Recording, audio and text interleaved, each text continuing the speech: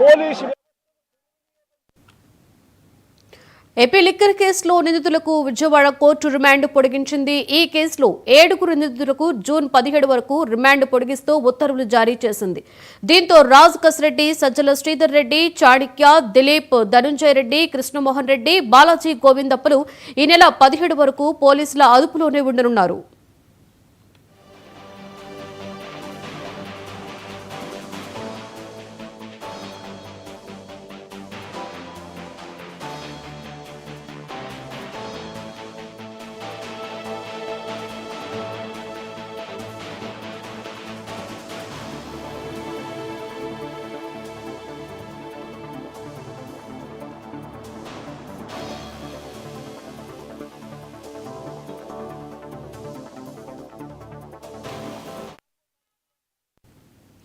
YCP నేత కాకాని గోవర్ధన్ రెడ్డి